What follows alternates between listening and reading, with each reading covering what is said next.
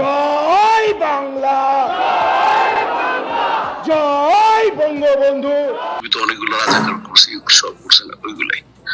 বাংলা চলচ্চিত্রের জনপ্রিয় খলনায়ক মিশা সওদাগরকে ঘিরে নতুন করে সামাজিক যোগাযোগ মাধ্যমে আলোচনা শুরু হয়েছে। সম্প্রতি ফেসবুকে ছড়িয়ে পড়া একটি ভিডিওতে তাকে বজ্র কণ্ঠে জয় বাংলা স্লোগান দিতে দেখা যায়। ভিডিওটি ভাইরাল হওয়ার পর থেকেই নেটিজেনদের একাংশ তার রাজনৈতিক অবস্থান ও আওয়ামী লীগের সঙ্গে সম্পৃক্ততা নিয়ে নানা আলোচনা শুরু করেছেন।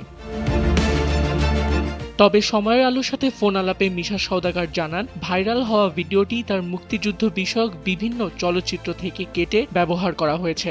দৈনিক সময়ের আলো থেকে বলছিলাম, সম্প্রতি আপনার একটা ভিডিও আমরা দেখছি খুব সোশ্যাল মিডিয়াতে ঢুকছে, আপনি জয় বাংলা স্লোগান দিচ্ছিলেন। এটা আসলে কোনো সিনেমার অংশ না কোনো জনসভার? একটু যদি কাইন্ডলি ক্লিয়ার করতেন। না না, এই যে হ্যাঁ মুক্তিযুদ্ধ অনেকগুলো অভিনয় করছি না, ওইগুলা মুক্তিযুদ্ধ অভিনয়ের সংলাপ থেকে ওইটা। জি জি। আচ্ছা আচ্ছা, তার মানে ওইটা শুধু ওইটুকু অংশ কেটেই ব্যবহার করা হচ্ছে, তাই তো ভাইয়া? হ্যাঁ এটা জি জি জি, হ্যাঁ মুক্তিযুদ্ধ ছবি তো অনেকগুলো রাজাকার করছি, সব করছে না ওইগুলাই। ওকে ভাইয়া, আছে ভাইয়া, শরীরটা তো ভালো না।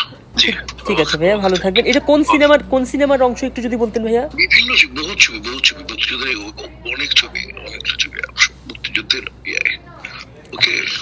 আচ্ছা ঠিক আছে ভাইয়া, থ্যাংক ইউ সো মাচ ভাইয়া। আসসালামু আলাইকুম।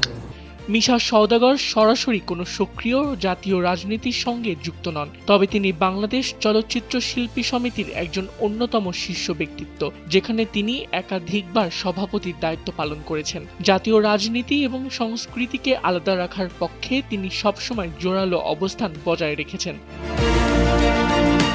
ভাইরাল ভিডিও ঘিরে সামাজিক মাধ্যমে দুই ধরনের প্রতিক্রিয়া দেখা যাচ্ছে। কেউ বলছেন একজন শিল্পী হিসেবে তিনি নিজের আদর্শিক অবস্থান প্রকাশ করতেই পারেন। অন্যদিকে সমালোচকদের দাবি, বর্তমান রাজনৈতিক বাস্তবতায় এমন প্রকাশ্য অবস্থান নতুন বিতর্কের জন্ম দিচ্ছে।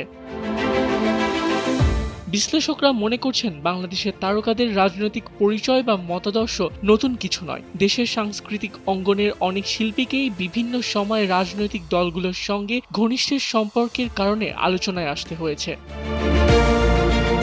আবিদ খান, সময়ের আলো।